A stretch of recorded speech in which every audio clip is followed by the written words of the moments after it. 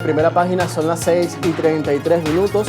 Es mucho lo que ha sucedido en menos de una semana con el inicio de la operación Furia Épica de Estados Unidos e Israel contra la República Islámica de Irán, un hecho histórico que además sacude la geopolítica y la economía en una región tan convulsionada como el Medio Oriente y también estratégica. Por eso hoy queremos invitar al embajador Julio César Pineda, a quien recibimos en Primera Página para analizar este tema que tiene una amplia visión y dimensión con lo grave que representa este conflicto directo entre Estados Unidos e Israel e Irán. Embajador, muy buenos días, gracias por acompañarnos. Buenos días. Recuerdo hace muchos años que hacía yo también aquí la parte internacional todas las mañanas en Globovisión.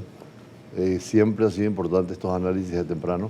Tenemos las noticias más frescas, pero como hoy me pregunta sobre esto, hay que decir que es la época más difícil y más dura que ha pasado la humanidad en los últimos años. Estamos a punto de un conflicto de carácter nuclear. Las guerras, Primera y Segunda Guerra Mundial, fueron con armas convencionales.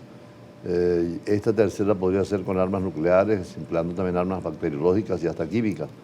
De hecho, los actores tienen reactores nucleares y armas nucleares como Estados Unidos, Francia, Inglaterra, que están implicándose cada vez más, y particularmente Israel, que tiene un arsenal nuclear al margen del derecho internacional, pero lo tiene, junto con Corea del Norte, junto con China, Estados Unidos, Inglaterra y Francia. Y el drama es que no hay una señal de negociación.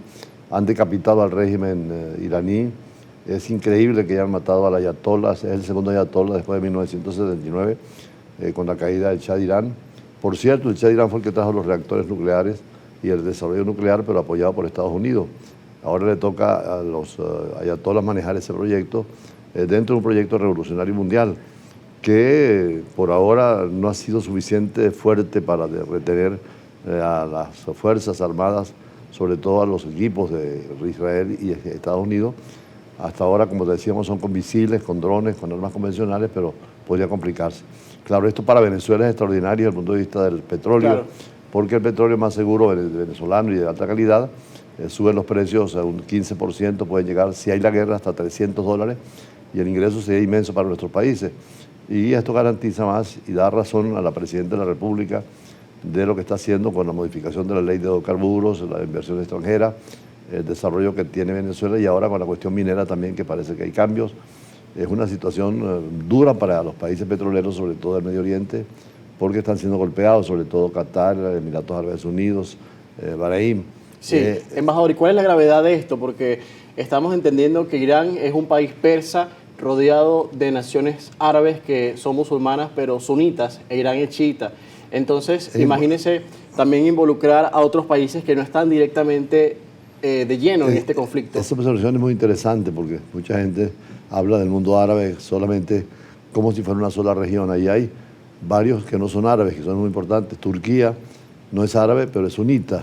En cambio, Israel no es ni árabe ni sunita y está en el Medio Oriente.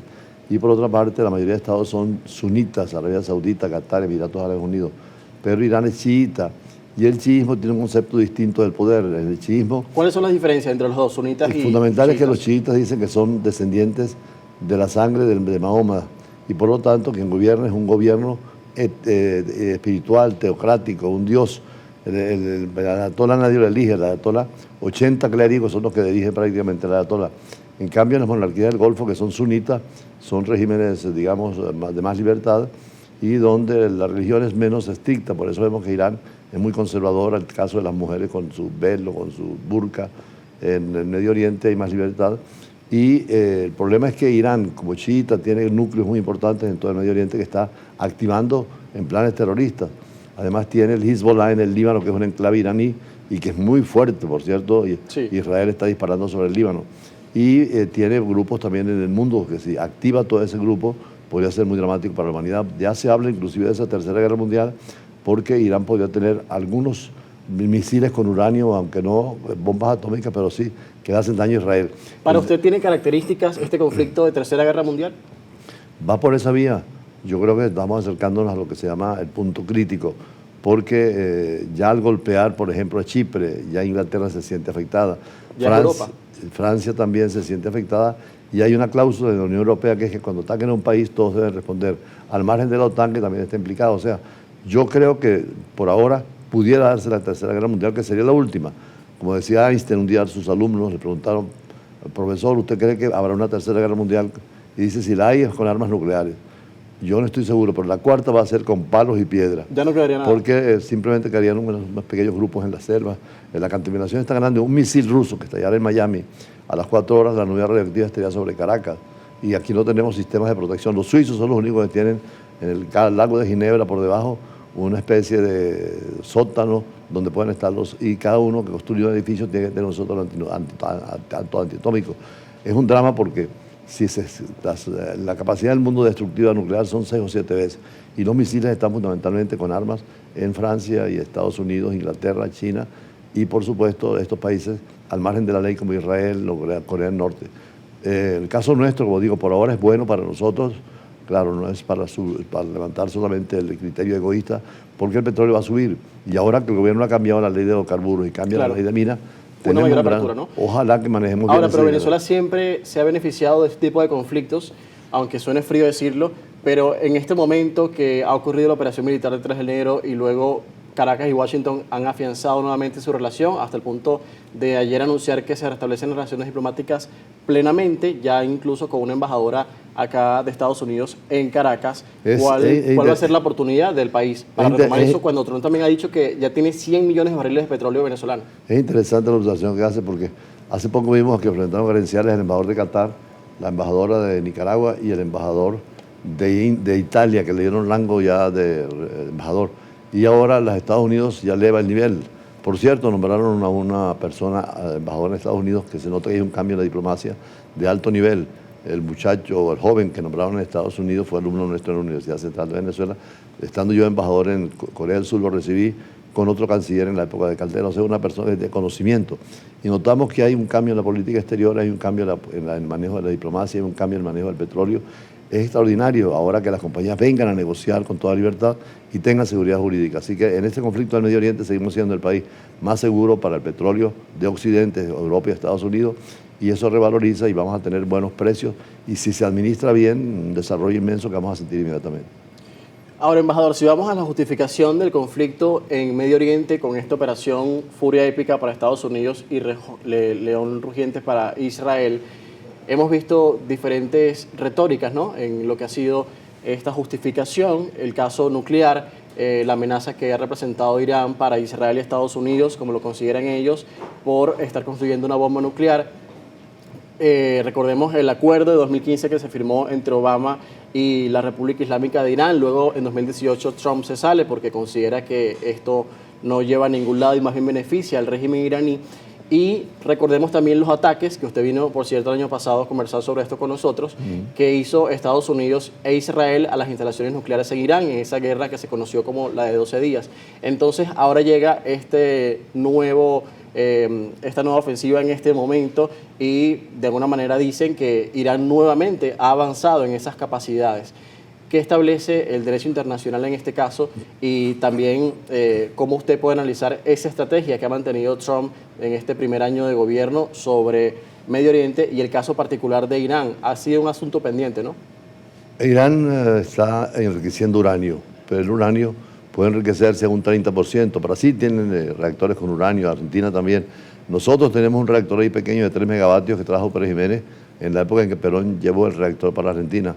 Pero Argentina y Brasil tienen reactores de 1000 megavatios. Lo que pasa es que allí ese uranio no se enriquece para que sea masa crítica y pueda hacer una bomba atómica. En cambio, Irán, lo que le pide Trump es frene el enriquecimiento de uranio, así no va a tener bombas atómicas y él está eliminando todo lo que son los misiles, porque antes las bombas atómicas se llevaban en aviones como la Hiroshima y Nagasaki.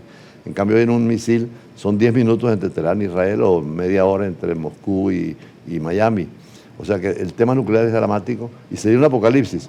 Ahora, como tú señalabas ahorita, precisamente, la comunidad internacional está muy preocupada, angustiada, porque esa guerra nuclear a todos nos perjudica.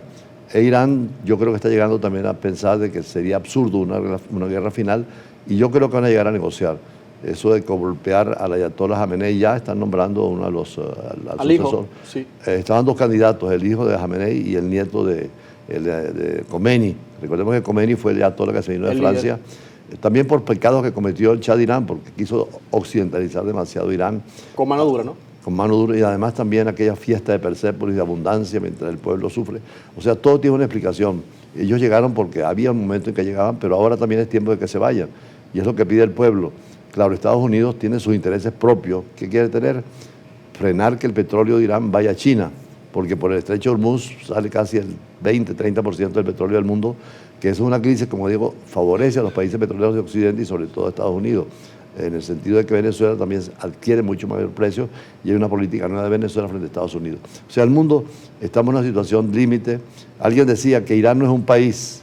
Harold Toynbee, que es un historiador, un famoso historiador, decía, Irán es un tablero de ajedrez, porque siempre se han dado allí situaciones muy particulares en toda su historia. Además tiene 4.000, 5.000 años de existencia, a diferencia del mundo árabe. Nosotros es una cultura muy fuerte y es un país que venció a Saddam Hussein en una guerra de 10 años. O sea, sí, no es fácil dominar Irán. Por eso yo creo que se negociará y se llegará a unos acuerdos fundamentales, siempre en función de la paz internacional y sobre todo de evitar que en estos tiempos donde la tecnología y las armas se han sofisticado con la inteligencia artificial. Ahora, Trump ha dicho que quiere participar en la elección de un nuevo líder supremo iraní. Ya se ha mencionado el caso de Mojtaba Khamenei, que es el hijo vivo de Ali Khamenei. Se decía que él también había muerto, pero luego la prensa reveló que estaba todavía vivo y que buscaba ser el sustituto natural de su padre, como se ha visto en estos días. ¿Cómo pudiera estar presente Washington influenciando la elección de un líder iraní?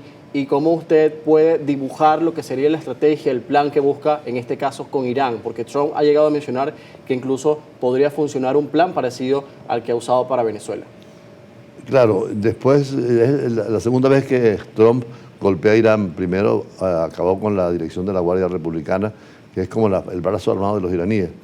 Se decía que ahora pudiera haber un cambio de sistema, pero a Trump no le interesa tampoco el cambio de gobierno, le interesa el petróleo y sobre todo evitar que tengan armas nucleares, porque Irán con armas nucleares es capaz de tomarse a Israel, tomarse a Bagdad, a Irak. Porque Irán, como decíamos, es chiita, sí, y el chiismo nada más tiene un arco que es Irán, tiene mayoría también en el gobierno de Irak y el Hezbollah en el Líbano, o sea, el arco iraní. Se les cayó Siria, que era también iraní, pero al sacar del poder a Bashar al-Assad, ahora son los sunitas los que tienen el control. Por cierto, en Caracas los sunitas son los que tienen el templo ahí en los Caobos. En la mezquita de los 12 Caobos. millones costó ese templo que trajeron, la mezquita de los Caobos. Los iraníes son más sencillos porque hay menos iraníes en Venezuela, o sea, chiitas. El problema es que desde que murió Mahoma en el 632, los chiitas quieren seguir la línea del profeta, con sangre del profeta. En cambio los sunitas es la doctrina, la sunna. Pero Irán es tan poderoso como Arabia Saudita porque tienen petróleo y tienen gas. Y ese es un actor que no hemos mencionado, Arabia Saudita, que aunque siempre en los medios de comunicación vemos que el enemigo acérrimo de Irán es Estados Unidos e Israel, también hay otro, digamos, rival geopolítico en la región, que es Arabia Saudita, el líder de los musulmanes sunitas, la mayoría de los musulmanes en el mundo, aproximadamente el 85%, que se trae entre manos también el reino ahora con el príncipe heredero Mohammed bin Salman, que de hecho se ventiló en la prensa, se filtró que él había también persuadido a Trump para que lanzara ese ataque. Es que hay dos aspectos fundamentales. Uno, que los chiitas y los sunitas tienen una guerra histórica permanente, por eso decíamos que esa región es un tablero de ajedrez. En segundo lugar, cuando se cae el Imperio Otomano, los franceses e ingleses influyen mucho en el Medio Oriente y se parcializa más por el sunismo. De hecho, sostienen a toda la monarquía sunita. Y por último, es el Shah también, que es en la línea de un chiismo moderno, pero los chiitas de Irán, que son muy fuertes, concentrados, son 80% de chiitas dentro de Irán, tienen una visión muy primitiva, muy estricta y quisieran tener todo el control del Golfo. Por eso lanzaron una guerra de 10 años contra Saddam Hussein, que quedó en tabla prácticamente, pero se fortalecieron muchísimo y han ideologizado mucho la base. En este momento Irán está muy solo. Yo creo que va a negociar, no va a ir hasta el final, sería un suicidio. El gobierno de Irán son casi 2 millones de kilómetros cuadrados, son casi 100 millones de habitantes, es decir, es una potencia regional. Y además tiene cerca a otro factor que es muy importante, que es Turquía, que es la otra excepción. O sea, el Medio Oriente es los 13, 14 países árabes, está Irán que es chiita, pero que es persa, y está Turquía, que es otra realidad, porque Turquía sí ha logrado que el Islam sea democrático. En Turquía hay elecciones, hay mujeres que han ido al poder. Es más secular. Está absolutamente secular. Pero Irán quisiera extenderse con ese sentido chiita absoluto. Lo cierto es que estamos en un conflicto muy grave. Ustedes que están todos los días acá dando las noticias deben estar al día en todo y sobre todo ven cómo esto se complica, porque una guerra sabemos cuándo comienza, pero una guerra no sabemos cuándo termina y puede ser una cuestión terrible y muy dramática. Embajador, vamos a hacer una pausa. Al regreso continuamos nuestra conversación, hoy hablando sobre el conflicto entre Estados Unidos, Israel e Irán, lanzado este fin de semana con la operación Furia Épica y León Rugiente. Vamos a estar conversando más sobre esto al regreso de comerciales, 6:48 minutos. 6:50 minutos, continuamos conversando con el embajador Julio César Pineda esta mañana en Primera Página. Estamos hablando justamente del conflicto en Irán y también él nos decía en la parte final del bloque anterior que una guerra se sabe cómo empieza, pero no se sabe cuándo termina. Sin embargo, siempre se podrían proyectar escenarios y usted, ¿cuál consideraría que sería el más probable en este particular? Si Estados Unidos quiere destruir las capacidades militares y nucleares de Irán, ¿cómo sería una posible salida? Quizás con una negociación forzada, con un cambio de régimen, como también se ha visto y como públicamente lo ha dicho el secretario de Estado Marco Rubio, y también pudiera ser una contención, manteniendo quizás algunos factores del régimen actual. ¿Cómo pudiera dibujarse ese escenario? Hay dos escenarios fundamentales. Uno es que Irán decida, por la facilidad que ha tenido Estados Unidos en el combate y la superioridad, llegar a un acuerdo donde se respete el gobierno iraní, ya cambiado totalmente, y dentro de condiciones que Estados Unidos le va a imponer.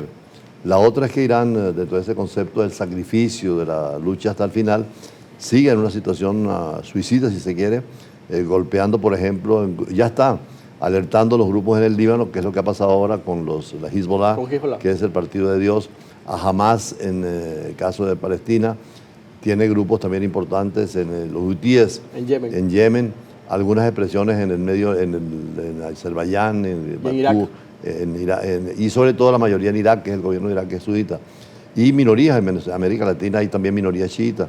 Si eso va en función de una guerra larga, no tiene fin todavía. Pero Estados Unidos tiene una superioridad absoluta. Trump sabe que ahorita, después de lo que pasó en Venezuela y lo que está pasando en Irán, es como una afirmación absoluta de que quiere manejar el mundo y está imponiéndose. Y no hay una contraparte, porque Rusia ha ido disminuyéndose permanentemente. Más bien queda debilitado con esto, ¿no? Claro, y más debilitado, porque ya perdió la guerra en Siria cuando sacaron a Bashar al-Assad, es derrotado a Rusia. Y por otra parte, también China no se va a meter en la guerra. A China le interesa el negocio, vender. Los chinos son pragmáticos y aunque sean partidarios en Naciones Unidas de Irán, no se van a enfrentar en un conflicto. Entonces, a menos que China se introduzca y Rusia, ahí sí es verdad que tenemos una guerra larga y donde Estados Unidos puede perder en el fondo, porque Rusia tiene igual misiles que Estados Unidos y hay que ver que es una potencia. Rusia puede acabar con Europa si se quisiera, apoyada por China y con Corea del Norte, que también tiene armas nucleares, y en el caso de Irán. Yo creo que esto va a durar unas 3 semanas, como dijo el presidente Trump. Habrá seguramente concesiones de Irán, frenarán un poco la situación de ese Irán, que ha estado en todas partes, inclusive en Argentina. Estaba viendo ayer que estaban celebrando un aniversario más de la AMIA, que fue un atentado que hubo en Argentina y que acusan a Irán. Claro. Esa visión de Irán de la revolución permanente es absurda. Irán tendrá que entrar también, como todos los países, con elecciones, con participación y en Naciones Unidas. Ahora, Estados Unidos, por supuesto, viola el derecho internacional, hay que decirlo claramente. Hay un principio de soberanía, un principio de no injerencia, pero es que Naciones Unidas no hace nada, ese es el drama. Y Gutiérrez ha dicho, y esa frase que yo lo utilizo mucho, que no tenemos ahorita la fuerza del derecho, sino el derecho a la fuerza. Claro. El más fuerte es el que está imponiendo. Y así están imponiendo en Oriente, en Rusia. ¿Cómo invade Rusia a Ucrania? Por el derecho a la fuerza. Ahora, ¿pero qué queda hacer entonces en el caso de Naciones Unidas? Un organismo que ha demostrado ser poco eficiente con la gestión de estos conflictos en los últimos años, con la arremetida de Rusia contra Ucrania, luego también el conflicto en Medio Oriente, el caso de Gaza, y ahora esto. Parece que no hay efectividad en lo que rige la ley, la norma internacional, y esto es preocupante también, como lo anunciaba Lula precisamente ayer. Lula precisamente en Naciones Unidas decía, hay que cambiar las Naciones Unidas. Las Naciones Unidas han fracasado. Guterres ha dicho eso, no tengo la posibilidad de aplicar el derecho, es la fuerza la que está imponiendo. Entonces hay que reformularlo y los estados nuestros, sobre todo del tercer mundo, y los estados que somos mayoría, porque son 192 países, pudiéramos forzar a unas Naciones Unidas nuevas, por ejemplo, eliminar el Consejo de Seguridad, donde cada vez que hay una resolución o Rusia o Estados Unidos se oponen y no se puede hacer nada, o aumentarlo con 2 estados de América Latina, Brasil y Argentina, 2 de Asia, India y Pakistán, que tienen bombas atómicas también, porque ese es el problema, que no son solamente las bombas atómicas de los 5 potencias, sino que India y Pakistán tienen bombas, Israel tiene bombas atómicas, podría tener Irán, y ahí estamos en una situación en que el mundo, a lo mejor el hombre va a acabar con él mismo, es el único animal que a lo mejor va a perecer con ese conflicto que sería apocalíptico. Lo cierto es que creemos, y lo hacemos nosotros cuando estamos aquí en Globovisión y en otros canales, conciencia de paz, que el hombre entienda que la vida es para disfrutarla, para vivirla bien, para tener desarrollo económico, y sobre todo que la guerra nada conduce. Todas las guerras, y las dos guerras anteriores fueron con armas nucleares. Hoy en día pueden ser armas químicas, biológicas y nucleares, y sería un cataclismo, claro. En cambio, en las guerras anteriores había escenarios, se perdía, pero se volvía a hacer como la Segunda Guerra Mundial. Ahora tenemos una inteligencia artificial que hace miles de veces más potente que cualquier arma. Bueno, y que por cierto, el Mossad y la inteligencia israelí y la CIA en general utilizaron inteligencia artificial para también saber las posiciones, las ubicaciones exactas donde estaban los líderes iraníes, entre ellos el ayatolá Ali Khamenei y sus aliados en este particular. También, embajador, ya para ir cerrando, se habla de ahora de la presencia de los kurdos, que son una minoría también muy importante en el Medio Oriente y que han tenido presencia durante estos últimos años reclamando incluso la fundación de su propio Estado en partes de Irak, de Siria, de Irán y de Turquía. ¿Cómo pudiera verse el juego con la inclusión? Por eso nos cuesta mucho entender el Medio Oriente, porque en América Latina somos todos descendientes de europeos, de españoles, o italianos o franceses. Tenemos los indios que teníamos originalmente y los negros de África. O sea, es una sociedad homogénea. En cambio, ahí hay, con el Imperio Otomano, había una mezcla de minorías que los controlaban desde 600 años los otomanos, los turcos. Al terminar la Primera Guerra Mundial eso se dividió. Entonces, a Francia e Inglaterra, que ganan la guerra, dividen provincias sin el tema étnico y por eso es los desastres que hay allí. Pero además hay el factor de que no hay una unidad de criterio frente a ellos mismos. Están, como tú dices, los kurdos, que son 40 millones que quieren un Estado porque no lo tienen. Entonces hay 10 millones de kurdos en Irán, 7 millones de kurdos en Irak, 3 millones de kurdos en Siria, y ese es un factor. Inclusive en Irán los kurdos están peleando contra el gobierno de Irán porque quieren su propia nacionalidad. Están los alawitas, que es una secta pro-chiita que eran los que manejaban el gobierno de Siria. Están los sunitas, están los chiitas, están además grupos cristianos, inclusive grupos judíos. O sea, el Medio Oriente es un crisol, pero de confrontación, donde fundamentalmente está el golpe que le han dado a las minorías, porque en Irán también enfrenta a los chiitas de la zona y los sunitas que enfrentan a los chiitas, por eso la guerra de 10 años de Saddam contra Irán. Por eso que es difícil entender el Medio Oriente. Yo recuerdo una vez que le decía a Gaddafi, que estaba yo embajador en Libia, al Mandela, que no se opinara sobre el Medio Oriente, porque eso es cuando un elefante entra en una cristalería. Claro. Hay tantos elementos. No es comparable con otro Venezuela, caso. Afortunadamente, siempre tuvo relaciones buenas con Israel y relaciones buenas con Irán, relaciones buenas con Turquía. Y ahora tenemos que volver a tener relaciones con Turquía con muy todos los buenas, países. con Israel también y con el Medio Oriente, porque son pluralismo en las relaciones internacionales y no ser partidario a nadie en particular, porque tenemos una relación muy particular con Irán. Ahora tenemos que repensar esa política que tenemos que tener y volver a mejorar las relaciones con el mundo árabe, sunita, e inclusive con Israel, abrir relaciones que tú también estuviste, por cierto, cubriendo esas escenas y conoces ese Medio Oriente que es explosivo y que hay que verlo con muchísimo cuidado y conocerlo. Por eso el sábado vamos a tener una conferencia. Sí, por cierto, mañana una conferencia en el Altamira Village, ¿no? A las 10 vamos a hablar sobre la conferencia. A las 10 de la mañana en el Altamira Village hay unos teléfonos, pueden escribir a jcpineda01@gmail o a nuestro teléfono 0412-211-4351 para participar en esta conferencia que es sobre el Medio Oriente con actores que van a ver iraníes, van a ver sauditas y van a ver también representantes de la vida diplomática que nos ayudan a comprender lo complejo y dinámico de esta situación. Bueno, muy interesante, embajador. Muchísimas gracias por acompañarnos. Un honor que haya venido con nosotros. Además, para mí es un honor que tú fuiste nuestro asistente, nuestro muchachito que empezó en Brújula Internacional y ahora ya tienes volando solo y los alumnos muchas veces superan a los maestros. Bueno, muchísimas gracias. Todo un honor que usted pronuncie esas palabras. De verdad que para mí ha sido una escuela, una enseñanza, un gran mentor el embajador Julio César Pineda. Hoy y siempre es muy interesante escucharlo porque él se conoce el Medio Oriente y también ha sido parte de esos momentos históricos que se han vivido en esa región tan convulsionada. Hoy analizando el conflicto en Irán, los efectos y factores geopolíticos que inciden en esto y también el impacto económico que ya está dejando el cierre parcial del Estrecho de Hormuz. 6:59, 7 en punto de la mañana, acaba de cambiar el reloj. Hacemos el corte obligatorio a esta hora y al regreso otro invitado esta mañana en materia nacional con nuestra compañera Luciana Peñafón. Ya regresamos con más.